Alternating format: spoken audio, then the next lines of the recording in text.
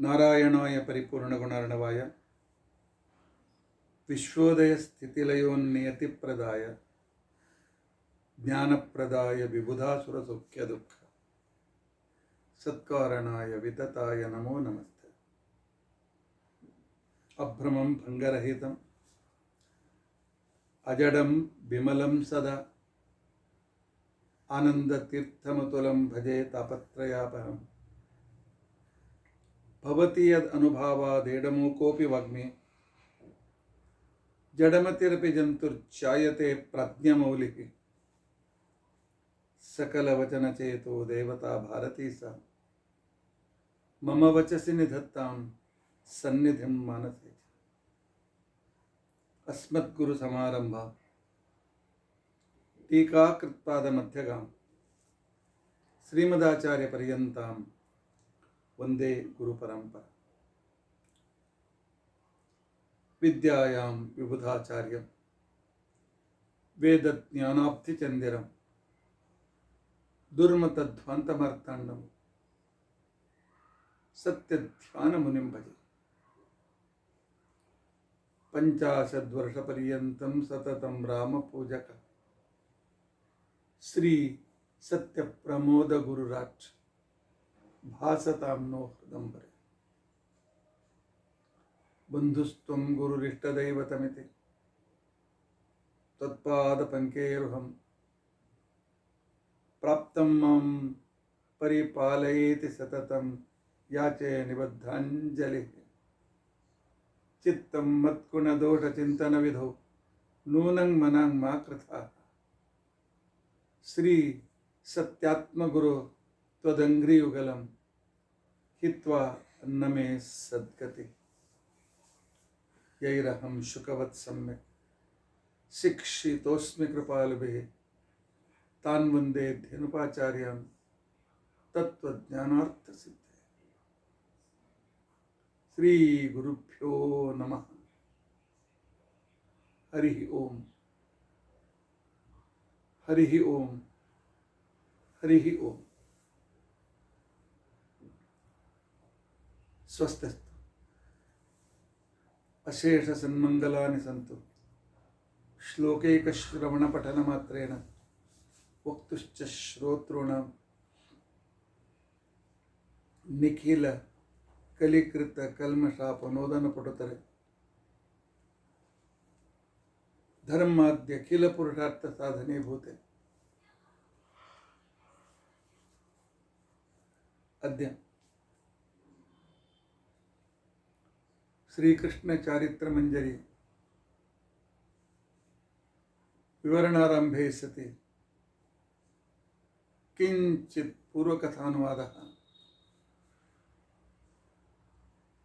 ಹರಿ ಓಂ ಹರಿ ಓಂ ಹರಿ ಓಂ. ಹರೇ ರಾಮ ಹರೇ ರಾಮ ರಾಮ ರಾಮ ಹರೇ ಹರೇ. ಹರೇ ಕೃಷ್ಣ ಕೃಷ್ಣ ಕೃಷ್ಣ ಹರೇ ಹರೇ. ಹರೇ ರಾಮ ರಾಮ ರಾಮ ಹರೇ ಹರೇ. ಹರೇ ಕೃಷ್ಣ ಕೃಷ್ಣ ಕೃಷ್ಣ ಹರೇ ಹರೇ. ಹರೇ ರಾಮ ರಾಮ ರಾಮ ಹರೇ ಹರೇ. ಹರೇ ಕೃಷ್ಣ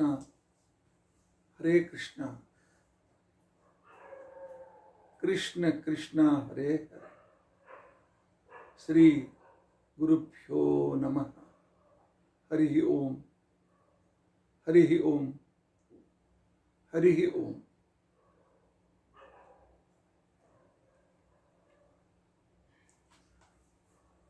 ಶ್ರೋತೃಗಳಲ್ಲಿ ನಾನು ಕ್ಷಮೆ ಕೇಳ್ಕೊಳ್ತೇನೆ.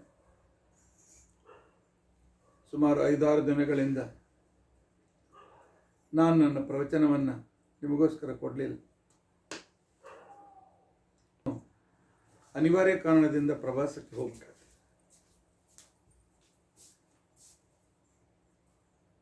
ಆದ್ದರಿಂದಾಗಿ ನಾನು ಪ್ರವಚನವನ್ನು ಮಾಡಲಿಕ್ಕೆ ಆಗಲಿಲ್ಲ.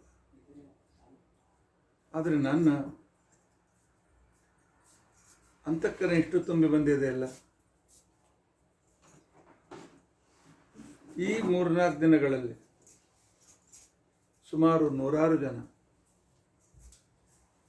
ಶ್ರೋತೃಗಳು, ನನ್ನ ಮೇಲೆ ಅಂತಃಕರಣ ಮಾಡ್ತಕ್ಕಂಥ ಜನರು, ನನ್ನ ಪ್ರವಚನವನ್ನು ತಪ್ಪದೇ ಕೇಳ್ತಕ್ಕಂತಹ ಜಿಜ್ಞಾಸುಗಳು, ಆಚಾರ್ಯ ಹೇಗಿದ್ದೀರಿ, ಯಾಕೆ ಪ್ರವಚನ ಬರ್ತಾ ಇಲ್ಲ, ಯಾಕೆ ಸೌಖ್ಯ ಇಲ್ಲ, ನಿಮಗೆ ಅನನುಕೂಲವೇನು, ನಮ್ಮ ಸಹಾಯ ಬೇಕಾ? ಮನುಷ್ಯನ ಜೀವನದಲ್ಲಿ ಇಂತಹ ಜಿಜ್ಞಾಸುಗಳ ಅಂತಃಕರಣ ಪ್ರೀತಿಗಿಂತ ಹೆಚ್ಚಿನ ಸಂಪತ್ತಿ ಯಾವುದಿದೆ? ಹೆಚ್ಚಿನ ಸಂಪತ್ತಿ ಯಾವುದೂ ಇಲ್ಲ. ನಿಜವಾಗಿಯೂ ನನ್ನ ಮನಸ್ಸು, ಹೃದಯ ತುಂಬಿ ಬಂದಿದೆ. ಎಲ್ಲ ಶ್ರೋತೃಗಳಿಗೂ ದೇವರು ದೀರ್ಘ ಆಯುಷ್ಯಗಳನ್ನು ಕೊಡಲಿ, ಆರೋಗ್ಯವನ್ನು ಕೊಡಲಿ. ದೇವರಲ್ಲಿ ಜ್ಞಾನ ಭಕ್ತಿ ವೈರಾಗ್ಯಗಳನ್ನು ಕೊಟ್ಟು ಅವನ ಪರಮಾನುಗ್ರಹಕ್ಕೆ ಪಾತ್ರರಾಗಿದೆ. ಏಕೋ ಈ 2-3 ತಿಂಗಳು ನಮ್ಮ ಪ್ರವಚನ ಕುಂಟುತ್ತಾ ನಡೆದಿದೆ. ಶ್ರಾವಣ ಮಾಸದ ನಂತರ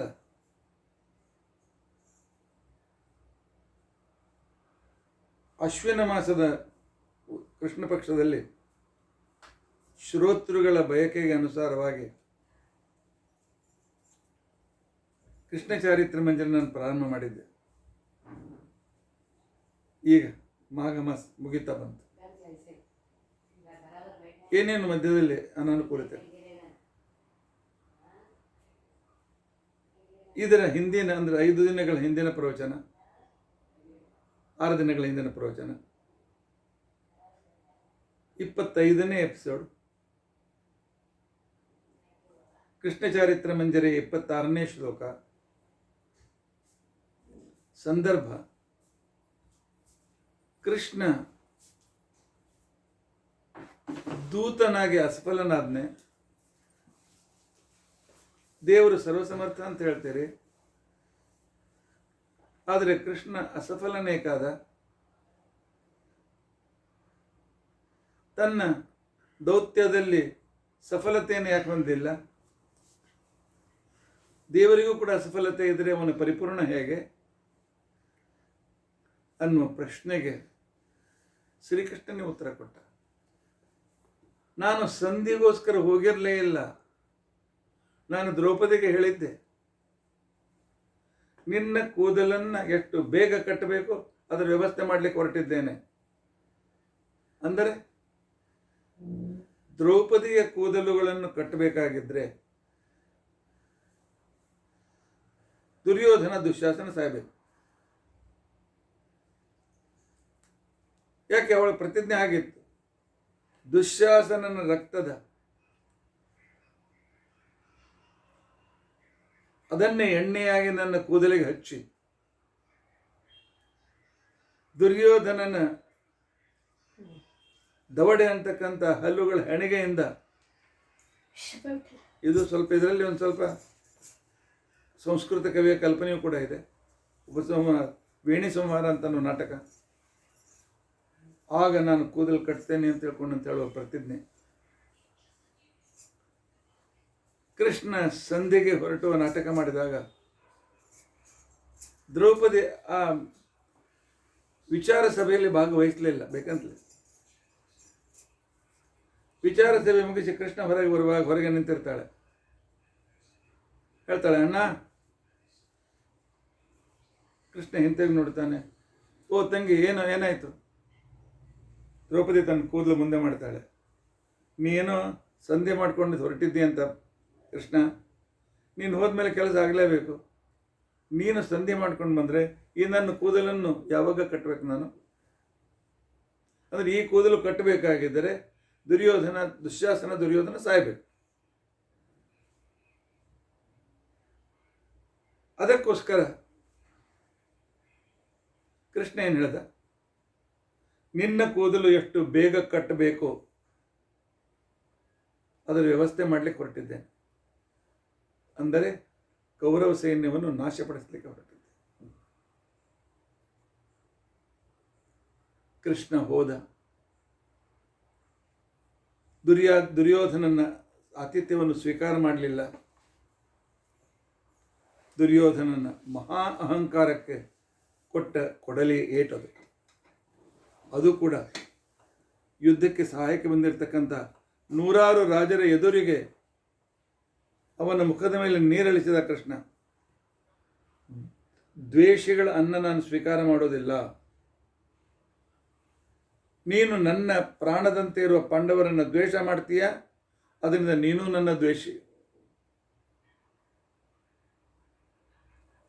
ಮೊನ್ನೆ ಯಾರೋ ನಾನು ಭೇಟಿಯಾಗಿದ್ದರು. ನಾನು ಅವ್ರಿಗೆ ಹೇಳಿದೆ, ಅಲ್ಲ ಮತ್ತೆ ನೀವು ನಮ್ಮ ಗುರುಗಳ ಮೇಲೆ ವಿಶ್ವಾಸ ಇಟ್ಟಿದ್ದೀರಿ, ಆದರೆ ನಮ್ಮ ಗುರುಗಳನ್ನು ಸತತ ಬೈತಕ್ಕಂತಹ ಒಂದೆರಡು ಕುಹಿಕಗಳಿದ್ದಾರೆ. ನೀವು ಅವ್ರ ಜೊತೆ ಸಂಬಂಧ ಚೆನ್ನಾಗಿ ಇಟ್ಕೊಂಡಿದ್ದೀರಲ್ಲ. ಇಲ್ಲ, ಮತ್ತೆ ಅವನು ಗುರುಗಳ ದ್ವೇಷ ಮಾಡ್ತಾನೆ, ನನ್ನ ದ್ವೇಷ ಮಾಡಿಲ್ಲಲ್ಲ. ನಾನು ಹೇಳಿದೆ, ಗುರುಗಳ ದ್ವೇಷ ಮಾಡಿದರೆ ನಮ್ಮ ದ್ವೇಷ ಮಾಡಿದಂತೆ. ಯಾರು ಗುರುಗಳಿಗೆ ಅಪಮಾನ ಮಾಡ್ತಾರೆ ಅವರು ನಮ್ಮ ಕೃಪಾ ಕಟಾಕ್ಷದಿಂದ ಬಹಿರ್ಭೂತರು, ಇಲ್ಲದೆ ನಾವು ಗುರುಭಕ್ತರಲ್ಲ. ಯಾರು ನಮ್ಮ ತಂದೆ ತಾಯಿಯನ್ನು ದ್ವೇಷ ಮಾಡ್ತಾರೆ ಅವರು ನಮ್ಮ ಮಿತ್ರರಾಗಲಿಕ್ಕೆ ಸಾಧ್ಯವೇ ಇಲ್ಲ.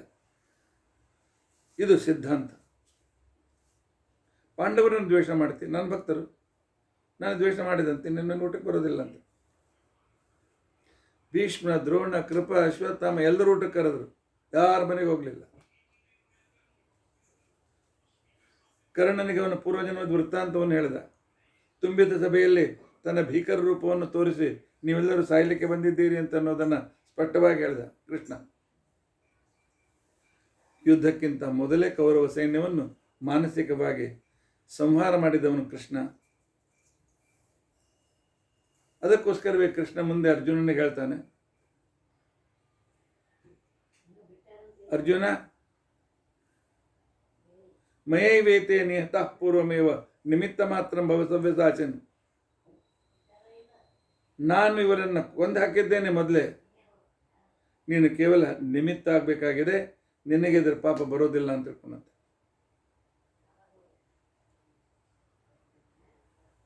ಅದನ್ನೇ ಆದ ನಂತರ ಕೃಷ್ಣ ಯುದ್ಧ ಪ್ರಾರಂಭ ಮಾಡಿದ್ದಾನೆ. ಕೃಷ್ಣನೇ ಹೇಳಿ ಹೋದ ಕೌರವರಿಗೆ, ಮಾರ್ಗಶಿರ ಮಾಸ ಕೃಷ್ಣ ಪಕ್ಷ, ಚತುರ್ದಶಿ ದಿವಸ ಯುದ್ಧ ಪ್ರಾರಂಭ.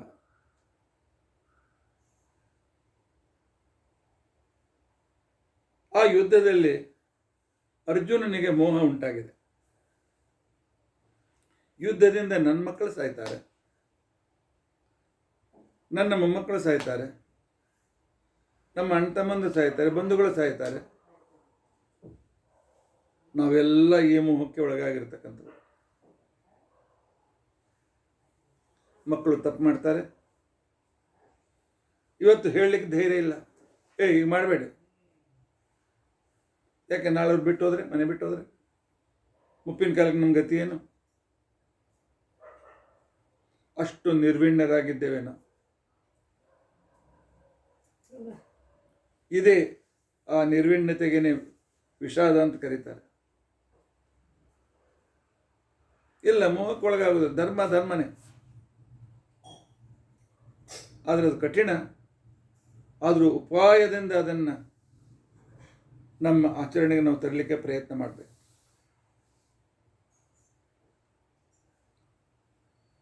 ಶ್ರೀಕೃಷ್ಣ ಭಗವತ್ ಅರ್ಜುನನಿಗೆ ಗೀತೆಯನ್ನು ಉಪದೇಶ ಮಾಡಿದ್ದಾನೆ.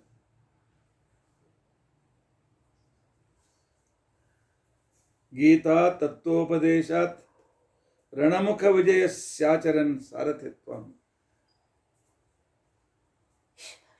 ಗೀತೋಪದೇಶ ಮಾಡಿದ್ದಾನೆ. ಗೀತೋಪದೇಶ ಅಂದ್ರೇನು? ದೇವರು ಒಲಿತಾನೆ, ನಿಮ್ಮ ವರ್ಣಾಶ್ರಮ ಧರ್ಮವನ್ನು ಸರಿಯಾಗಿ ಪರಿಪಾಲನೆ ಮಾಡುತ್ತಾ ನಿಮ್ಮ ಧರ್ಮಾಚರಣೆಯಿಂದ ಲೋಕಕ್ಕೆ ಉಪಕಾರವಾಗುವಂತಿದ್ದರೆ ಪರಮಾತ್ಮನ ಅನುಗ್ರಹದಿಂದ ನಿಮಗೆ ಜ್ಞಾನ ಬರ್ತದೆ, ಭಕ್ತಿ ಉಂಟಾಗ್ತದೆ. ಆ ಭಕ್ತಿಯ ಪರಾಕಾಷ್ಠತೆಗೆ ನೀವು ಮುಟ್ಟಿದಾಗ ಅಪರೋಕ್ಷ ಜ್ಞಾನವಾಗ್ತದೆ. ಪರಮಾತ್ಮ ಬಿಂಬರೂಪದಿಂದ ದರ್ಶನ ಕೊಡ್ತಾನೆ. ಆ ನಂತರ ಆ ಪರಮಾತ್ಮನೇ ನಮ್ಮನ್ನು ಉದ್ಧರಿಸ್ತಾನೆ, ನಮಗೆ ಮುಕ್ತಿಯನ್ನು ಕೊಡ್ತಾನೆ, ಅಪರೋಕ್ಷ ಜ್ಞಾನ ಕೊಡ್ತಾನೆ, ಮುಕ್ತಿಯನ್ನು ಕೊಡ್ತಾನೆ. ಈ ದಾರಿ ತಪ್ಪಬೇಡಿ. ನಾನು ಬರೀ ಪಾರಾಯಣ ಮಾಡ್ತಾನೆ, ನನಗೆ ಏಕಾದಶಿ ಮಾಡಲಿಕ್ಕೆ ಆಗೋದಿಲ್ಲ, ನಾನು ಕೇವಲ ದೇವರಲ್ಲಿ ವಿಶ್ವಾಸ ನನಗಿದೆ, ನಾನು ಸಂಧ್ಯಾವಂದನ ಮಾಡೋದಿಲ್ಲ, ನಾನು ಕೇವಲ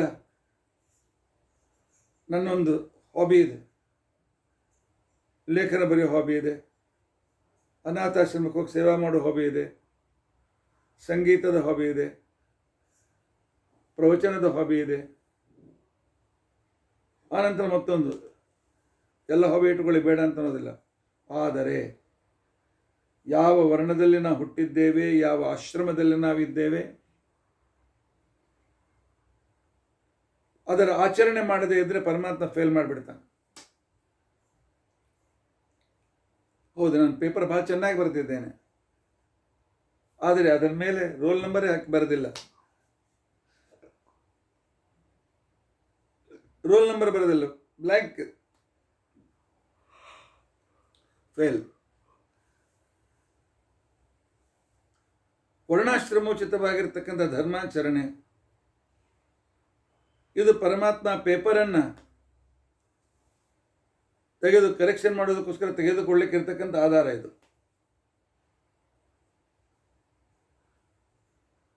ಇದನ್ನು ನಾವು ನೆನಪಿಟ್ಟಳು. ವರ್ಣಾಶ್ರಮೋಚಿತ ಧರ್ಮರಹಿತವಾದ ಭಕ್ತಿ, ಅದರ ರಹಿತವಾದಂಥ ಜ್ಞಾನ ಇದು ಅಲ್ಲವೇ ಇಲ್ಲ. ಯಾಕೆ? ವರ್ಣಾಶ್ರಮ ಧರ್ಮಾಚರಣೆ ಮಾಡದೇ ಹೊರತು ಪರಮಾತ್ಮ ಜ್ಞಾನವನ್ನು ಕೊಡೋದಿಲ್ಲ, ಭಕ್ತಿಯನ್ನು ಕೊಡೋದಿಲ್ಲ, ನಿಮ್ಮ ಜ್ಞಾನವನ್ನು, ನಿಮ್ಮ ಭಕ್ತಿಯನ್ನು ಸ್ವೀಕರಿಸುವುದಿಲ್ಲ. ಇದನ್ನು ಅರ್ಜುನನಿಗೆ ಹೇಳ್ತಾನೆ. ನಿನ್ನ ಧರ್ಮ ದುಷ್ಟ ವಿನಾಶ. ತ್ಯಕ್ತೋತ್ತಿಷ್ಟ ಪರಂತಪ. ಬಿಟ್ಬಿಡು, ಎಲ್ಲ ಮೋಹವನ್ನು ಬಿಟ್ಬಿಡು, ಹೇಳು ಉತ್ತಿಷ್ಠತ ಜಾಗ್ರತ. ಆದರೆ ಅರ್ಜುನ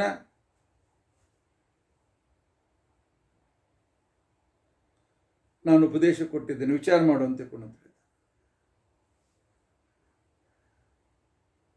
ಭಗವದ್ಗೀತೆ ಕೊನೆಯಲ್ಲಿ ಬರ್ತಾರೆ,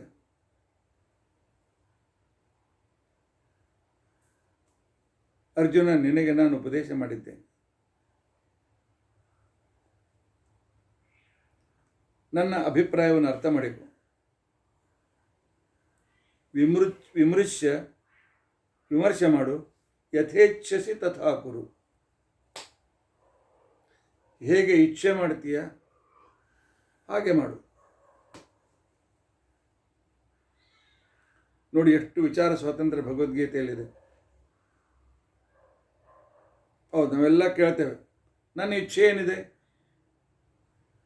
ನಾನು ಕೇವಲ ರಾಮ್ ರಾಮ್ ನಾಮ್ ಹೇಳ್ತಾ ಕೂತ್ಕೊಳ್ತೇನೆ, ಹೇಳಬೇಡ ಅಂತ ಅನ್ನೋದಿಲ್ಲ, ಹೇಳು. ಆದರೆ ಅದು ಕೂಡ ಪರಮಾತ್ಮನ ಅನುಗ್ರಹಕ್ಕೆ ಒಂದು ಸಾಧನ. ಪಾಠ ಪ್ರವಚನ ಒಂದು ಸಾಧನ, ವೇದಾಧ್ಯಯನ ಒಂದು ಸಾಧನ, ಪ್ರವಚನ ಒಂದು ಸಾಧನ, ಸಂಗೀತ ಒಂದು ಸಾಧನ, ಆ ನಂತರ ಪರೋಪಕಾರ ಒಂದು ಸಾಧನ. ಆದರೆ ಇವ್ಯಾವುದೂ ಡೈರೆಕ್ಟ್ ಮೋಕ್ಷಕ್ಕೆ ಕಾರಣವಲ್ಲ. ವರ್ಣಾಶ್ರಮೋಚಿತವಾದ ಧರ್ಮಾಚರಣೆ ಸಹಿತ ಅಧ್ಯಯನ, ಅಧ್ಯಾಪನ, ದಾನ, ಪ್ರತಿಗ್ರಹ, ಯಜನ, ಯಾಜನ, ಬ್ರಾಹ್ಮಣನಿಗೆ 6 ಕಾರ್ಯಗಳು. ಇವುಗಳನ್ನು ಯಥಾಶಕ್ತಿಯಾಗಿ ಮಾಡ್ತಾ ಬರಬೇಕು. ಆಗ ನಿಮ್ಮ ಪೇಪರ್ ಪರಮಾತ್ಮ ಕರೆಕ್ಷನ್ಗೆ ತೆಗೆದುಕೊಳ್ತಾನೆ. ಇಲ್ಲಿ ಯಥೇಚ್ಛಿತ ತಥಾಗುರು ಅಂತ ಹೇಳಿದ್ದಾನಲ್ಲ, ನಾವು ತಪ್ಪರ್ಥ ಮಾಡ್ಕೊಳ್ತೇವೆ. ಯಥಾ ಇಚ್ಛಿಸಿ ತಥಾ ಕುರು ಅಂತಂದ್ರೆ ದೇವರು ಯಾಕೆ ಬೇಕು? ಕೃಷ್ಣನೇ ಹೇಳಿದ್ದಾನಲ್ಲ ಭಗವದ್ಗೀತೆಯಲ್ಲಿ, ಉದ್ಧರೇದ್ ಆತ್ಮನಾತ್ಮಾನಂ ನಾತ್ಮಾನಂ ಅವಸಾದೇತ್. ತನ್ನ ಉದ್ಧಾರ ತಾನೇ ಮಾಡ್ಕೊಳ್ಬೇಕು, ತನ್ನ ವಿನಾಶ ತಾನು ಮಾಡ್ಕೊಳ್ಬಾರ್ದು ಅಂತ ತಿಳ್ಕೊಂಡಂತೆ ತಪ್ಪು ಮಾಡ್ತೇವೆ. ಉದ್ಧರೇತ್ ಆತ್ಮನ ಆತ್ಮಾನಂ. ಆತ್ಮ ಶಬ್ದಕ್ಕೆ ಜೀವ ಅಂತ ಅರ್ಥ ಇದೆ, ಆತ್ಮ ಶಬ್ದಕ್ಕೆ ಮನಸ್ಸು ಅಂತ ಕೂಡ ಅರ್ಥ ಇದೆ, ಆತ್ಮ ಶಬ್ದಕ್ಕೆ ದೇವರು ಅಂತ ಅರ್ಥ ಇದೆ. ಆತ್ಮನ ದೇವರ ಅನುಗ್ರಹದಿಂದ ಯುಕ್ತವಾದ ಮನಸ್ಸಿನಿಂದ ತನ್ನನ್ನು ಉದ್ಧಾರ ಮಾಡಿಕೊಳ್ಬೇಕು. ಆತ್ಮನ ಪರಮಾತ್ಮ ಅನುಗ್ರಹದಿಂದ ತನ್ನ ಉದ್ಧಾರ ಮಾಡಿಕೊಳ್ಬೇಕು. ನಮ್ಮ ಉದ್ಧಾರ ನಾವೇನು ತಲೆ ಮಾಡ್ಕೊಳ್ತೇವೆ? ಕನ್ನಡಿ ಇಲ್ಲದೆ ನಮ್ಮ ಮುಖ ನೋಡ್ಕೊಳ್ಳಿಕ್ಕೆ ಆಗೋದಿಲ್ಲ ನಮಗೆ. ಇದನ್ನು ಭಗವದ್ಗೀತೆಯಲ್ಲಿ ಹೇಳ್ದ ಪರಮಾತ್ಮ. ಆತ್ಮನ ಪರಮಾತ್ಮ ಅನುಗ್ರಹದಿಂದ ಆತ್ಮ ನಿಮ್ಮ ಉದ್ಧಾರ ಮಾಡಿಕೊ ಅಂತೇಳಿ. ಇಲ್ಲಿ ಕೂಡ ಯಥೇಚ್ಛಸಿ ತಥಾ ಕುರು. ಯಥಾ ಇಚ್ಛಸಿ, ಯಥಾ ಪರಮಾತ್ಮನ ಅನುಗ್ರಹದಿಂದ ನಿನಗೇನು ಒಳ್ಳೆಯ ಇಚ್ಛೆ ಬರ್ತದೆ, ಅದು ಯಥಾ ಅಂತಂದ್ರೆ ಅರ್ಥ. ಪರಮಾತ್ಮ ನಿನಗೆ ಸರಿಯಾದ ಪ್ರೇರಣೆ ಮಾಡ್ತಾನೆ, ಆ ಪ್ರಕಾರ ನೀನು ಆಚರಣೆ ಮಾಡುವಂಥ ಅರ್ಥ. ಯಥೇಚ್ಛೆ ತಥಾಕು ನಾನು ಮನಸ್ಸಿಗೆ ಬಂದಾಗ ಮಾಡ್ತೇನೆ, ಬಿಂದಾಸ್ ನಾನು ಮಾಡ್ತೇನೆ. ಅದಕ್ಕೋಸ್ಕರ ಪರಮಾತ್ಮ ಹೇಳ್ತಾನೆ, ಪ್ರಕೃತಿ ಸ್ವಾಮ ನಿಯೋಜತಿ. ನೀನೇನೋ ಮನಸ್ಸಿಗೆ ಬಂದಾಗ ಮಾಡಬೇಕು ಅಂತ ಹೊರಡ್ತಿ, ಆದರೆ ನಿನ್ನ ಕರ್ಮಾನುಸಾರವಾಗಿ ಏನು ಮಾಡಬೇಕು ಅಂತ ಅನ್ನೋದನ್ನು ಪ್ರಕೃತಿ ನಿಯಾಮಕನಾದ ಶ್ರೀಹರಿ ನಿನಗೆ ಸರಿಯಾಗಿ ಒಯ್ದಿಡ್ತಾನೆ. ಅಲ್ಲಿ ನನ್ನ ಮನಸ್ಸಿನಂತೆ ನಡೆಯೋದಿಲ್ಲ ಅಂತೇಳಿ ಭಗವಂತ ಭಗವದ್ಗೀತೆಯಲ್ಲಿ ಸ್ಪಷ್ಟವಾಗಿ ಹೇಳಿದ್ದಾನೆ. ಅದೆಲ್ಲ ಸರಿಯಪ್ಪ. ಈ ಕರ್ಮ ಯಾಕೆ ಮಾಡಬೇಕು? ದೇವರು ಹೇಳೇನಲ್ಲ, ಎಲ್ಲ ಕರ್ಮ ಬಿಡು, ನನ್ನ ಶರಣ ಬಾ ಅಂತಕೊಂಡಂತೆ. ಪ್ರಸಿದ್ಧ ಶ್ಲೋಕದ ಆಚಾರ ನಿಮಗೆ ಗೊತ್ತಿಲ್ಲೇನು ಅಂತ ನೀವು ನನಗೆ ಕೇಳ್ಬೋದು. ಯಾವ ಶ್ಲೋಕ ಅದು? ಸರ್ವಧರ್ಮಾನ್ ಪರಿತ್ಯಜ್ಯ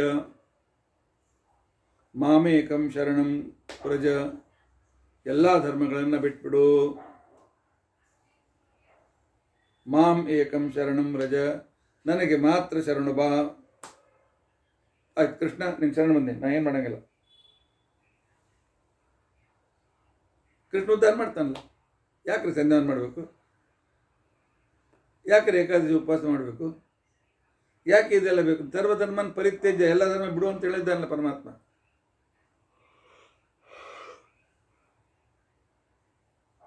ಇದಕ್ಕೋಸ್ಕರವೇ ಭಗವದ್ಗೀತೆ ಮನಸ್ಸಿಗೆ ಬಂದಂತ ಅರ್ಥ ಮಾಡ್ಕೊಳ್ಳೋದು. ಯಾವ ವ್ಯಕ್ತಿ ಮೊದಲಿನ 6 ಅಧ್ಯಾಯ ಕರ್ಮಯೋಗವನ್ನು, ಉಳಿದ 6 ಅಧ್ಯಾಯ ಜ್ಞಾನಯೋಗವನ್ನು, ಉಳಿದ 6 ಅಧ್ಯಾಯ ಭಕ್ತಿಯೋಗವನ್ನು ಹೇಳಿ ಕೊನೆಗೆ ಇವೆಲ್ಲ ಬಿಟ್ಬಿಡು ಅಂತ ತಿಳ್ಕೊಂಡು ಅಂತ ಹೇಳ್ತಾನೆ. ಬರೇ ನಂಗೆ ಶರಣ ಬಾ ಅಂತ ಹೇಳ್ತಾನೇನು? ಮತ್ತು ಯಾಕೆ 18 ಅಧ್ಯಾಯ ಹೇಳಬೇಕಾಕೆ ಕೃಷ್ಣ? ಅದಕ್ಕೋಸ್ಕರವೇ ಶಾಸ್ತ್ರೀಯ ಪರಿಭಾಷೆ ಗೊತ್ತಿರಬೇಕಾಗ್ತದೆ. ಸಂಸ್ಕೃತದಲ್ಲಿ ತ್ಯಜ ಅಂತ ತಿಳ್ಕೊಂಡಂತಂದರೆ ಬಿಡು ಅಂತಂದು ಅರ್ಥ ಇದೆ, ತ್ಯಜ ಅಂತ ತಿಳ್ಕೊಂಡಂದರೆ ಸಮರ್ಪಿಸುವಂತ ಅರ್ಥ ಇದೆ. ಧರ್ಮಶಾಸ್ತ್ರ ಹೇಳ್ತದೆ, ನಾರಾಯಣ ಮಂತ್ರೇಣ ಆಹುತಿ ತ್ಯಜಂತು.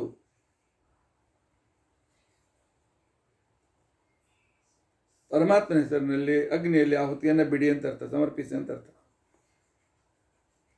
ಸರ್ವಧರ್ಮಾನ್ ಪರಿತ್ಯಜ್ಯ ಅಂತ ತಿಳ್ಕೊಂಡಂತಂದರೆ ನೀವು ಮಾಡಿದ ಎಲ್ಲ ಧರ್ಮಾಚರಣೆಯನ್ನು ನನಗೆ ಸಮರ್ಪಿಸಿ, ಬಿಟ್ಟು ಅಂತ ಅರ್ಥ ಅಲ್ಲ. ಕೃಷ್ಣ ಪರಸ್ಪರ ವಿರುದ್ಧ ಮಾತನಾಡೋದಿಲ್ಲ. ಕೃಷ್ಣ ಸ್ಪಷ್ಟವಾಗಿ ಅರ್ಜುನನಿಗೆ ಹೇಳ್ತಾನೆ, ಶರೀರ ಯಾತ್ರಾಪಿತತೆ ನ ಪ್ರಸಿದ್ಧೇದ ಕರ್ಮಣ. ವರ್ಣಾಶ್ರಮೋಚಿತವಾದ ಧರ್ಮಾಚರಣೆಯನ್ನು ಮಾಡದೇ ಇದ್ದರೆ, ಕರ್ಮಾಚರಣೆಯನ್ನು ನೀನು ಮಾಡದೇ ಇದ್ದರೆ ನೀನು ಜೀವಂತ ಉಳಿಯೋದಿಲ್ಲ ಅಂತಕೊಂಡು ಹೇಳಿದ್ದಾನೆ. ಕರ್ಮ ಬಿಡ್ಲಿಕ್ಕೆ ಆಗೋದಿಲ್ಲ. ಶ್ವಾಸೋಚ್ಛ್ವಾಸ ಒಂದು ಕರ್ಮ ಅಲ್ಲೇನು? ಹಸಿವಾದಾಗ ಊಟ ಮಾಡೋದೊಂದು ಕರ್ಮ ಅಲ್ಲೇನು? ಯಾವ ಕರ್ಮ ಬಿಡ್ಲಿಕ್ಕಾಗ್ತದೆ? ಇನ್ನು ವರ್ಣಾಶ್ರಮೋಚಿತ ಧರ್ಮಗಳು ಶ್ರುತಿ ಸ್ಮೃತಿ ಮಮೈವ ಆಜ್ಞೆ. ವೇದಗಳು ಸ್ಮೃತಿಗಳು ನನ್ನ ಆರ್ಡರ್,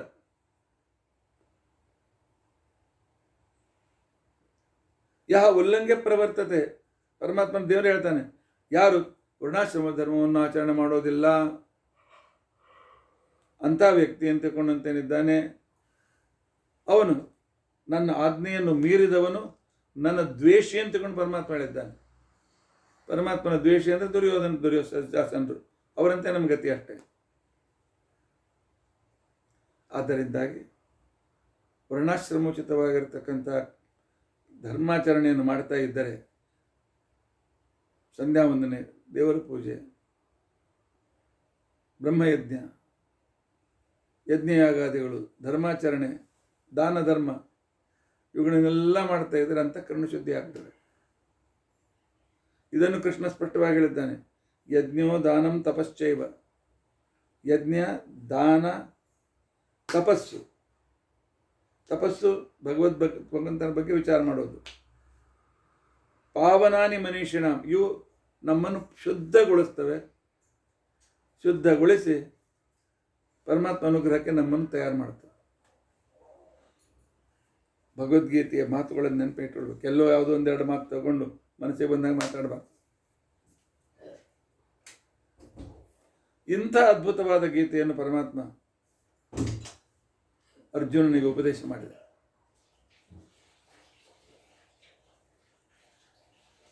ಅರ್ಜುನನ ಎದುರಿಗೆ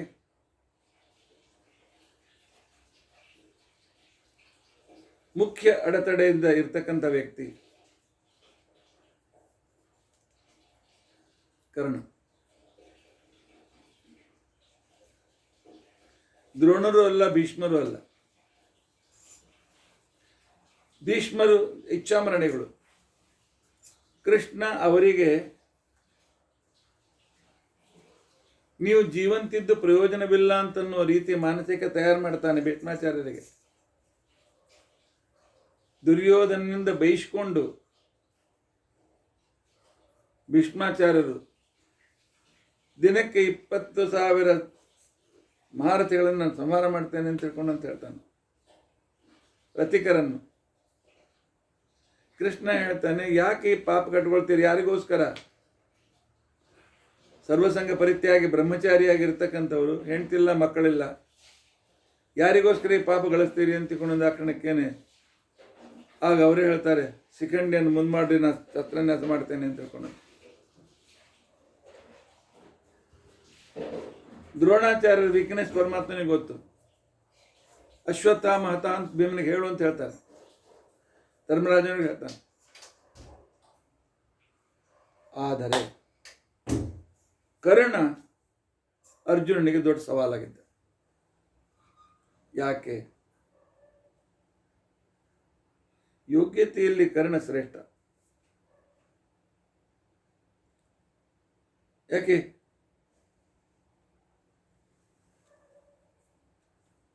ಪರಶುರಾಮ ದೇವರ ವರ.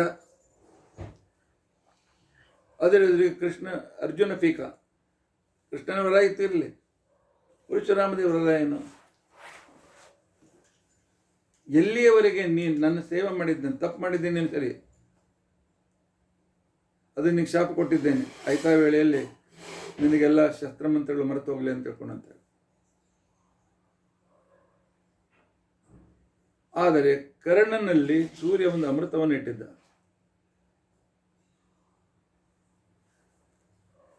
ಅದನ್ನ ಅವನು ಸ್ವಲ್ಪ ಭಾಗ ಕರ್ಣಕುಂಡಲ ಮತ್ತು ಕವಚದಿಂದ ಕಳೆದುಕೊಂಡಿದ್ದ. ಆದರೆ ಅವನನ್ನು ಕೊಲ್ಲಬೇಕಾಗಿತ್ತು ಅಂತ ತಿಳ್ಕೊಂಡಂತಂದ್ರೆ ರುದ್ರದೇವರ ಬರಬೇಕಾಗಿತ್ತು. ಯುದ್ಧ ಭೂಮಿಯಲ್ಲಿ ಕರ್ಣಪರ್ವದ ಸಂದರ್ಭದಲ್ಲಿ ಪರಮಾತ್ಮ ರಾತ್ರಿ ಕಾಲದಲ್ಲಿ ಸ್ವಪ್ನದಲ್ಲಿ, ವ್ಯವಹಾರಿಕ ಸ್ವಪ್ನದಲ್ಲಿ, ಆದರೆ ನಿಜವಾಗಿಯೂ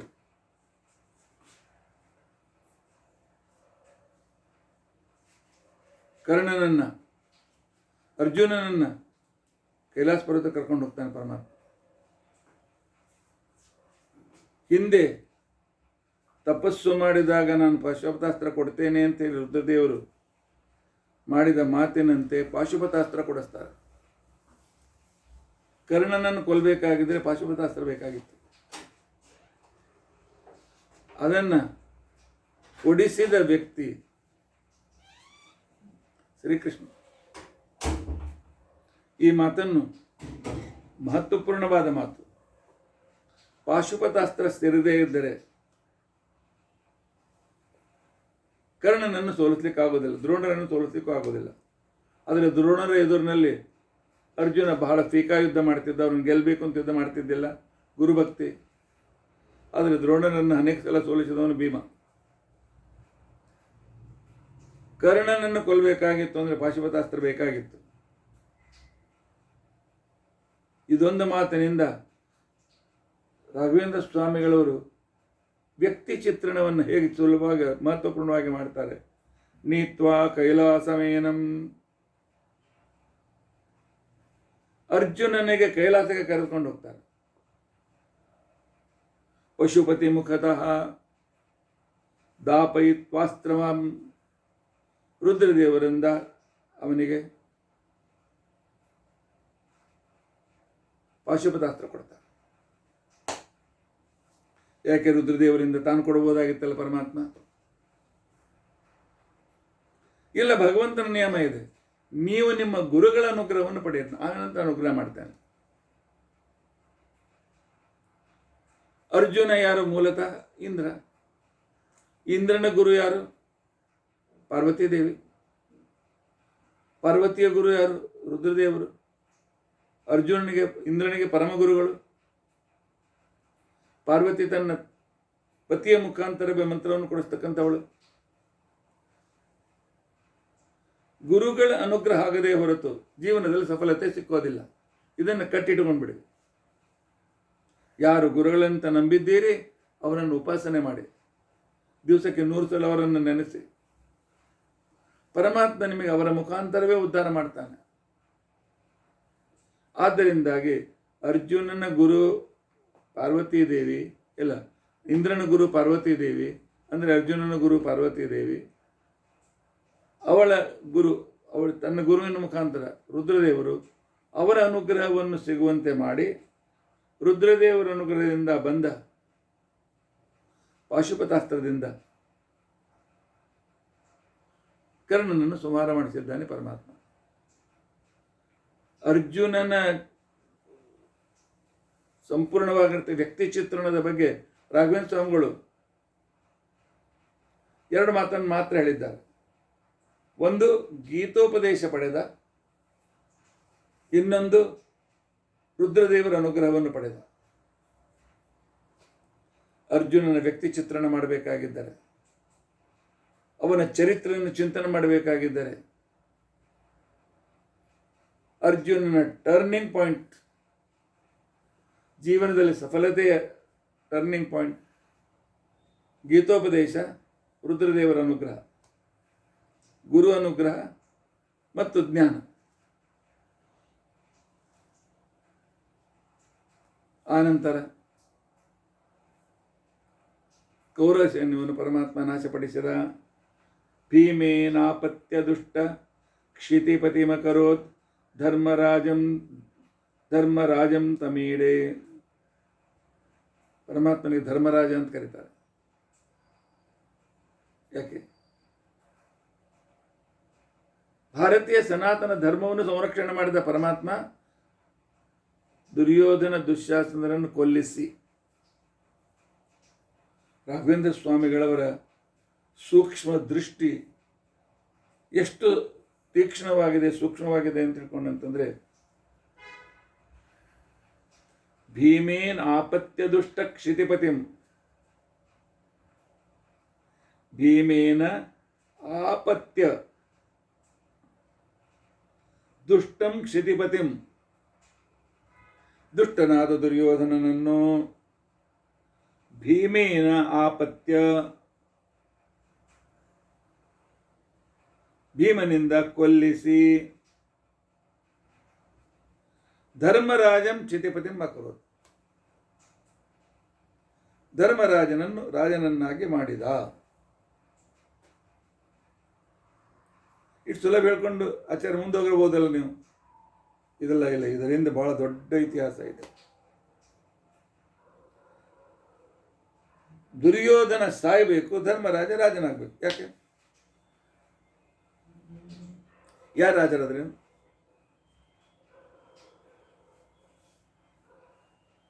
ಇಲ್ಲ. ಜೀವನದಲ್ಲಿ ಸಫಲತೆ ಸಿಗಬೇಕಾಗಿದ್ದರೆ ನಮ್ಮನ್ನು ಅಂಧನ್ ತಮಸ್ಸಿಗೆ ಒಯ್ಯತಕ್ಕಂಥ ಒಂದು ತತ್ವ ಅಜ್ಞಾನ, ವಿಪರೀತ ಜ್ಞಾನ. ಅಜ್ಞಾನ, ಭಗವಂತನ ಬಗ್ಗೆ ಅಜ್ಞಾನ, ನಮ್ಮ ಗುರುಗಳ ಬಗ್ಗೆ ಅಜ್ಞಾನ,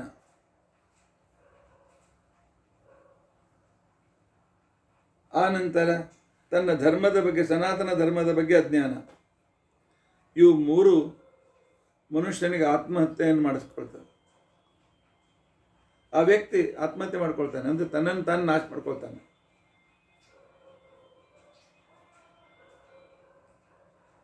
ದುರ್ಯೋಧನ ಸಾಯಬೇಕು, ಧರ್ಮರಾಜ ರಾಜನಾಗಬೇಕು. ಯಾಕೆ?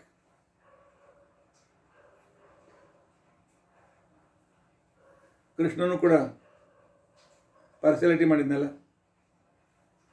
ಯಾಕೆ? ಕುಂತಿ ಮಕ್ಕಳು, ಪಾಂಡವರು ಸೋದರತ್ತೆ ಮಕ್ಕಳು. ಸೋದರತ್ತೆ ಮಕ್ಕಳು ರಾಜ್ಯ ಪಡೆಯಬೇಕು. ಪಾಂಡವ ರಾಜ್ಯವನ್ನು ಪಾಂಡವ ರಾಜ್ಯ ಪಡೆಯಬೇಕು. ಕೌರವರು ಸಾಯಬೇಕು. ಯಾಕಪ್ಪ? ಕೌರವ್ರಿಗೆ ಏನು ಮಾಡಿ? ದುರ್ಯೋಧನ ಏನು ಮಾಡಿದ್ದ? ದುರ್ಯೋಧನ ಕೃಷ್ಣನಿಗೆ ಏನು ಮಾಡಿದ್ದ? ಯಾಕೆ ದುರ್ಯೋಧನನ್ನು ಕೊಲ್ಲಬೇಕು ಅಂತಿಕೊಂಡಂತನ್ನೋದನ್ನು ಕೃಷ್ಣ ತಾನು ಸಾರಥ್ಯವನ್ನು ವಹಿಸಿದ. ಪಾರ್ಸಲಿಟಿ ಮಾಡಲಿಲ್ಲ. ಅವನು ಕೂಡ ಈಗ ಹೇಳ್ತಾರಲ್ಲ, ಪರಿವಾರವಾದ. ಕೃಷ್ಣನು ಕೂಡ ಪರಿವಾರವಾದಿನೇ ಆದ್ನಲ್ಲ. ಇಲ್ಲ. ಜಗತ್ತಿನಲ್ಲಿ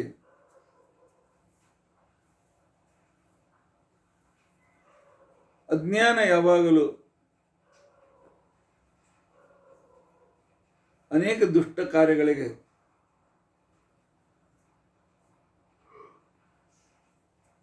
ಪ್ರವೃತ್ತವನ್ನಾಗಿ ಮಾಡ್ತಾರೆ.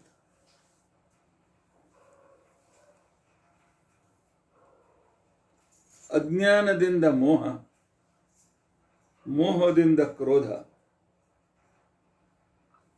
ಕ್ರೋಧದಿಂದ ವಿಚಾರಹೀನತೆ, ವಿಚಾರಹೀನತೆಯಿಂದ ಸಾರಾಸಾರ ವಿವೇಕದ ಚಿಂತನೆ ಹೊರಟೋಗ್ತದೆ. ಸಾರಾಸಾರ ಚಿಂತನೆಯ ನಾಶದ ಜೊತೆಗೆ ಬುದ್ಧಿನಾಶ, ಸ್ಮೃತಿ ಭ್ರಂಶಾತ್ ಬುದ್ಧಿನಾಶ, ಬುದ್ಧಿನಾಶ ಪ್ರಣಶ್ಯ. ದುರ್ಯೋಧನ ಇದೇ ಕೆಲಸ ಮಾಡಿದ. ದುರ್ಯೋಧನನ ವರ್ಣನೆಯನ್ನು ಮಾಡುವಾಗ ವೇದವ್ಯಾಸ ದೇವರು, ಯಾರು ಮಹಾಭಾರತ ಬರೆದಿದ್ದಾರೆ, ಅವ್ರು ಹೇಳ್ತಾರೆ, ದುರ್ಯೋಧನೋ ಮನ್ಯುಮಯೋ ಮಹಾದ್ರುಮಃ ಅಂತ ತಿಳ್ಕೊಂಡ.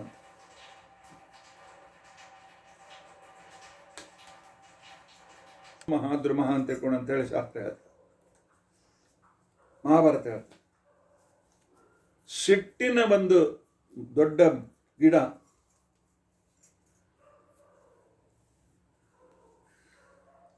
ಅಜ್ಞಾನ ಜನಿತ ಸಿಟ್ಟು.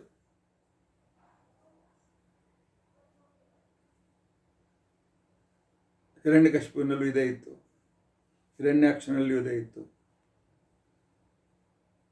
ರಾವಣನಲ್ಲಿಯೂ ಇದೇ ಇತ್ತು, ಕುಂಭಕರ್ಣನಲ್ಲಿಯೂ ಇದೇ ಇತ್ತು. ಇದು ಜಗತ್ತಿಗೆ ವಿನಾಶಕ. ಯಾಕೆ? ದುರ್ಯೋಧನನ್ನು ಉಳಿಸಿದ್ದರೆ ಯಾರಿಗೆ ಜೀವನದಲ್ಲಿ ಸಫಲತೆ ಸಿಗ್ತದೆ, ಜನರು ಅವರನ್ನು ಅವಲಂಬಿಸ್ತಾರೆ. ನಾನು ಪರಾಕ್ರಮದಿಂದ ಸಂಪತ್ತಿಯನ್ನು ಗಳಿಸಲಿಕ್ಕೆ ಆಗೋದಿಲ್ಲ, ಆದರೆ ಇನ್ನೊಬ್ಬರು ಪರಾಕ್ರಮದಿಂದ ಗಳಿಸಿದ ಹಣ ಸಂಪತ್ತಿ ನನಗೆ ಸಿಗಬೇಕು, ಪುಕ್ಕಟೆ ಸಿಗಬೇಕು. ಪುಕ್ಕಟೆಯಾಗಿ ನಾನು ಸಿರಿವಂತನಾಗಬೇಕು ಅಂತನ್ನೋ ಒಂದೇನು ಕಾನ್ಸೆಪ್ಟ್ ಇದೆ, ಇದೇ ವಿನಾಶಕ್ಕೆ ಕಾರಣ. ನಾವೆಲ್ಲ ಪುಕ್ಕಟೆ ಎಷ್ಟು ಪರಿಶ್ರಮ ಕಡಿಮೆ ಇದೆ ಅಷ್ಟು ಹೆಚ್ಚು ಹಣ ಗಳಿಸ್ಬೇಕು ಅಂತ ಹೊರಡ್ತೇವೆ. ಪರಿಶ್ರಮಹೀನವಾದ ದುಡ್ಡು ಅದು ನಮ್ಮನ್ನು ಹಾಳು ಮಾಡ್ತದೆ. ಹೆಚ್ಚಿನ ದುಡ್ಡು ನಮ್ಮನ್ನು ಹಾಳು ಮಾಡ್ತದೆ. ಪಾಂಡವರ ಸಂಪತ್ತಿಯನ್ನು ಅನ್ಯಾಯದಿಂದ ಜೂಜಿನಿಂದ ಸಂಗ್ರಹ ತೆಗೆದುಕೊಳ್ಳಿಕ್ಕೆ ಪ್ರಯತ್ನ ಮಾಡಿದ್ದು. ಆನಂತರ ಯಾವ ರಾಜ್ಯದಲ್ಲಿ ಯಾವ ದೇಶದಲ್ಲಿ ಹೆಣ್ಣು ಮಕ್ಕಳಿಗೆ ಮರ್ಯಾದೆ ಇಲ್ವೋ, ಯತ್ರ ನಾರ್ಯಸ್ತು ಪೂಜ್ಯಂತೆ ರಮಂತೆ ತತ್ರ ದೇವತಾ, ದ್ರೌಪದಿಯ ಸಿರಿಮುಡಿಗೆ ಕೈ ಹಾಕಿ ಆ ದ್ರೌಪದಿಯ ವಸ್ತ್ರಾಹರಣಕ್ಕೆ ಪ್ರಯತ್ನ ಪಟ್ಟು ಅವಳಿಗೆ ತನ್ನ ತೊಡೆ ತೋರಿಸಿ ಇಲ್ಲಿ ಬಂದು ಕೂತ್ಕೊಂತ ಅಂತ ಹೇಳಿ ಮಾಡಿದ ವ್ಯಕ್ತಿಗೆ ಒಂದು ವೇಳೆ ಜಯ ಸಿಕ್ಕಿದ್ದಾರೆ, ಕಲ್ಪನೆ ಮಾಡಿಕೊಳ್ಳಿ, ಜಗತ್ತಿನಲ್ಲಿ ಎಲ್ಲರೂ ಅವರನ್ನೇ ಅವಲಂಬಿಸ್ತಿದ್ರು. ಜಗತ್ತಿನಲ್ಲಿ ಅವರಿಂದೇ ಬೀಳ್ತಿದ್ರು. ನಮ್ಮಲ್ಲಿ ಕೆಲವು ಜನರಿಗೆ ಈ ಯಾವುದದು ಸಟ್ಟ ಮಾರ್ಕೆಟ್ ಅಲ್ಲ, ನನ್ನ ನೆನಪಿಗೆ ಬರ್ತಾ ಇಲ್ಲ, ಶೇರ್ ಮಾರ್ಕೆಟ್. ಈ ದುಡ್ಡು ಹಾಕಿದ್ರೆ ನನ್ನ 100 ರೂಪಾಯಿಗೆ 1000 ರೂಪಾಯಿ ಬರಬೇಕು. ಇದರಲ್ಲಿ ನಮ್ಮಲ್ಲಿ ಎಷ್ಟೋ ಜನ ಒಳ್ಳೊಳ್ಳೆ ಜನ ಇದರಿಂದ ಇದ್ದಾರೆ. ಶೇರ್ ಮಾರ್ಕೆಟ್ನಲ್ಲಿ ದೇವ್ರ ಪೂಜೆ ಮಾಡ್ತಾರೆ, ಸಂಧ್ಯಾ ವಂದನ ಮಾಡ್ತಾರೆ, ದೇವ್ರ ಭಕ್ತಿ ಮಾಡ್ತಾರೆ. ಆದರೆ ಶೇರ್ ಮಾರ್ಕೆಟ್ ಇದೊಂದು ತರಹದ ದುರ್ಯೋಧನನ ಅಂಗಡಿ. ಪುಕ್ಕಟೆ ಬರುವ ಹಣ ನಮ್ಮ ವಿನಾಶಕ್ಕೆ ಕಾರಣ. ನನ್ನ ಬೆವರು ಸುರಿಸಿ ನಾನು ಏನು ಗಳಿಸ್ತೇನೆ ಅದು ಮಾತ್ರ ನನ್ನ ಉದ್ಧಾರಕ್ಕೆ ಕಾರಣವಾಗ್ತದೆ. ಇದು ಭಗವದ್ಗೀತೆ ಮಹಾಭಾರತದ ಸಂದೇಶ. ಪುಕ್ಕಟೆಯಾಗಿ ಗಳಿಸಿದ ಸಂಪತ್ತಿ ದುರ್ಯೋಧನಿಗೆ ಉಳಿಲಿಲ್ಲ. ಪುಕ್ಕಟೆಯಾಗಿ ಬಂದ ರಾಜ್ಯವೂ ಅವನ ಕೈಲಿ ಉಳಿಯಲಿಲ್ಲ. ಶ್ರಮದಿಂದ ಪಡೆದಿರತಕ್ಕಂಥ, ಪ್ರಯತ್ನದಿಂದ ಬಂದಿರತಕ್ಕಂಥ ರಾಜ್ಯ ನಿತ್ಯವಾಗಿ ಉಳಿತದೆ. ಈ ಸಂದೇಶ ದೇವರಿಗೆ ಭಗವಂತನೇ ಕೊಡಬೇಕಾಗಿತ್ತು ಜಗತ್ತಿಗೆ. ಅದಕ್ಕೆ ದುರ್ಯೋಧನನ ವಿನಾಶಕ್ಕೆ ಪರಮಾತ್ಮ ತಾನು ಪಾಂಡವರ ಪಕ್ಷವನ್ನು ವಹಿಸಿದ. ಭೀಮೇನ ಅಪತ್ಯ ದುಷ್ಟ ಕ್ಷಿತಿಪತಿಂ, ಧರ್ಮರಾಜನನ್ನು ರಾಜನನ್ನಾಗಿ ಮಾಡಿದ. ಯಾಕೆ? ಯಾವ ವ್ಯಕ್ತಿ ಧರ್ಮ ಅಂತಿಕೊಂಡಂತಂದ್ರೆ ಧರ್ಮೋ ಧರ್ಮವಿದುತ್ತಮಃ, ಧರ್ಮನಾಮಕನಾದ ಪರಮಾತ್ಮನಲ್ಲಿ ವಿಶ್ವಾಸವನ್ನಿಟ್ಟು ಧರ್ಮಶಾಸ್ತ್ರದ ಪ್ರಕಾರ ನನ್ನ ಜೀವನವನ್ನು ರೂಪಿಸಿಕೊಳ್ತಬೇಕು ಅಂತ ಯಾವಾಗಲೂ ಪ್ರಯತ್ನಶೀಲನಾಗಿರ್ತಕ್ಕಂಥವನು ಧರ್ಮರಾಜ.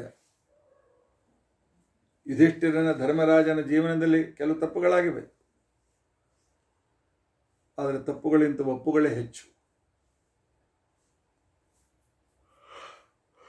ಆದ್ದರಿಂದಾಗಿ ಧರ್ಮವನ್ನು ಪರಿಪಾಲಿಸುವನು ರಾಜನಾದರೆ ಜಗತ್ತಿಗೆ ಒಳಿತು. ಇದನ್ನ ಭಗವಂತನಿಗೆ ತೋರಿಸಿಕೊಡ್ಬೇಕಾಗುತ್ತೆ. ಹಿಂದಾಗಿ ಭೀಮೇನಾಪತ್ಯ ದುಷ್ಟ ಕ್ಷಿತಿಪತಿ ಮುಖತಃ ದಾಪಯಿತ್ವಾಸ್ತ್ರಮಸ್ಮೈ, ಭೀಮೇನಾಪತ್ಯ ದುಷ್ಟ ಕ್ಷಿತಿಪತಿ ಮಕರೋತ್ ಧರ್ಮರಾಜಂ ತಮೀಡೆ. ಧರ್ಮರಾಜನನ್ನು ರಾಜನನ್ನಾಗಿ ಮಾಡಿದ ಆ ಪರಮಾತ್ಮನನ್ನು ನಾನು ಸ್ತುತಿಸ್ತೇನೆ, ಪೂಜೆ ಮಾಡ್ತೇನೆ. ಈ ಇಡೆ ಅಂತಿಕೊಂಡಂತಂದರೆ ಸ್ತೋತ್ರ ಮಾಡ್ತೇನೆ, ಪೂಜಿಸ್ತೇನೆ ಅಂತ. ಎಷ್ಟು ಅರ್ಥ! ಒಂದು ಶ್ಲೋಕದಲ್ಲಿ ರಾಘವೇಂದ್ರ ಸ್ವಾಮಿಗಳು ಇಟ್ಟಿದ್ದಾರೆ. ಹೋದ ಪ್ರವಚನ ಈ ಪ್ರವಚನ. ಇನ್ನು ಇದರ ಮುಂದಿನ ಶ್ಲೋಕ. ಮುಂದಿನ ಶ್ಲೋಕದಲ್ಲಿ ಪರಮಾತ್ಮ ತನ್ನ ಕೃಷ್ಣ ಚರಿತ್ರೆಯ ಉಪಸಂಹಾರ ಹೇಗಾಗ್ತದೆ ಅನ್ನೋದನ್ನು ನೋಡಲಿಕ್ಕೆ ನಮಗೆ ಸಿಗ್ತದೆ. ಇಂತಹ ಈ ಕೃಷ್ಣನ ಜೀವನದ ಘಟನೆಗಳನ್ನು ನೆನಪಿಟ್ಟುಕೊಳ್ಳಿಕ್ಕೆ ಪ್ರಯತ್ನಿಸೋಣ. ಉಳಿದ ವಿಚಾರಗಳನ್ನು ನಾಳಿನ ದಿವಸ ನಾವು ತಿಳಿದುಕೊಳ್ಳಿಕ್ಕೆ ಪ್ರಯತ್ನಿಸೋಣ. ಇತಿ ಅಧಿಕ ಪ್ರಸಕ್ತಿ. ಇವತ್ತಿನ ಶ್ಲೋಕ ಒಮ್ಮೆ ಓದಿಬಿಡ್ತೇನೆ. ದೌತ್ಯಂ ಕುರ್ವನ್ನನಂತ ನಿಜ ರುಚಿರತನೂರ್ ದರ್ಶಯನ್ ದಿವ್ಯದೃಷ್ಟೇ ಗೀತಾ ತತ್ವೋಪದೇಶಾತ್ ರಣಮುಖ ವಿಜಯಶ್ಚಾಚರನ್ ಸಾರಥಿತ್ವಂ ನೀತ್ವಾ ಕೈಲಾಸಮೇನಂ ಪಶುಪತಿ ಮುಖತಃ ದಾಪಯಿತ್ವಾಸ್ತ್ರಮಸ್ಮೈ ಭೀಮೇನಾಪತ್ಯ ದುಷ್ಟ ಕ್ಷತಿಪತಿಮಕರೋತ್ ಧರ್ಮರಾಜಂ ತಮೀಡೆ. ಇಲ್ಲಿ 4 ಘಟನೆಗಳು. ಒಂದು ಕೃಷ್ಣ ದೌತ್ಯ, ಎರಡನೆಯದ್ದು ಗೀತೋಪದೇಶ, ಮೂರನೆಯದ್ದು ಅರ್ಜುನನಿಗೆ ರುದ್ರದೇವರ ಅನುಗ್ರಹ ಮಾಡಿಸುವುದು, ನಾಲ್ಕನೆಯದು ಭೀಮನ ಕಡೆಯಿಂದ ಸೈನ್ಯವನ್ನು ನಾಶಪಡಿಸಿ, ಮುಖ್ಯವಾಗಿ ಯಾಕಂದರೆ ಎಲ್ಲಕ್ಕಿಂತ ಹೆಚ್ಚು ಸೈನ್ಯ ನಾಶಪಡಿಸಿದವನು ಭೀಮ, ಧರ್ಮರಾಜನ ಪಟ್ಟಾಭಿಷೇಕ. ಇಷ್ಟು ವಿಷಯವನ್ನು, ಇಷ್ಟು 5 ಕೆಲಸಗಳನ್ನು ಕೃಷ್ಣ ಮಾಡಿದ. ಒಂದೊಂದು ಕೆಲಸದ ಹಿಂದೆಯೂ ಬೇಕಾದಷ್ಟು ವಿಚಾರ ಇದೆ. ಇದೇ ರೀತಿಯಾಗಿ ನಾವು ಕ್ರಮವಾಗಿ ಕೃಷ್ಣ ಚರಿತ್ರೆಯನ್ನು ತಿಳಿದುಕೊಳ್ಳಿಕ್ಕೆ ಪ್ರಯತ್ನಿಸೋಣ. ಇತಿ ಅದ್ಯ ಕಥಾ ಪ್ರಸಕ್ತಿ. ಹರೇ ರಾಮ ಹರೇ ರಾಮ ರಾಮ ರಾಮ ಹರೇ ಹರೇ, ಹರೇ ಕೃಷ್ಣ ಕೃಷ್ಣ ಕೃಷ್ಣ ಹರೇ ಹರೇ, ಹರೇ ರಾಮ ರಾಮ ರಾಮ ಹರೇ ಹರೇ, ಹರೇ ಕೃಷ್ಣ ಕೃಷ್ಣ ಕೃಷ್ಣ ಹರೇ ಹರೇ. ಶ್ರೀಕೃಷ್ಣಾರ್ಪಣಮಸ್ತು. ಉಗ್ರಂ ವೀರಂ ಮಹಾವಿಷ್ಣುಂ ಜ್ವಲಂತಂ ಸರ್ವತೋಮುಖಂ ನೃಸಿಂಹಂ ಭೀಷಣಂ ಭದ್ರಂ ಮೃತ್ಯುಂ ನಮಾಮ್ಯಹಂ. ಅಚ್ಯುತಾನಂತ ಗೋವಿಂದ ಸ್ಮೃತಿ ಮಾತ್ರಾರ್ತಿನಾಶನ ರೋಗಾನ್ಮೇ ನಾಶಿ ಆಶೇಷಾನ್ ಆಶುಧನ್ವಂತರೇ ಹರೇ. ಅಕ್ಷಯಂ ಕರ್ಮ ಯಸ್ಮಿನ್ ಪರೇ ಸ್ವರ್ಪಿತಂ ಪ್ರಕ್ಷಯಂ ಯಾಂತಿ ದುಃಖಾನಿ ಅನ್ನಾಮತಃ. ಅಕ್ಷರೋ ಯೋಜರ ಸರ್ವದೇವಾಮೃತಃ ಕುಕ್ಷಿಗಮ್ಯಸ್ಯ ವಿಶ್ವಂ ಸದಾಚಾರಿಕಂ ಪ್ರೀಣಯಾಮ ವಾಸುದೇವಂ ದೇವತಾಮಂಡಲಾಖಂಡಮಂಡಲಂ. ಶ್ರೀಕೃಷ್ಣಾರ್ಪಣಮಸ್ತು. ಶ್ರೀಕೃಷ್ಣ.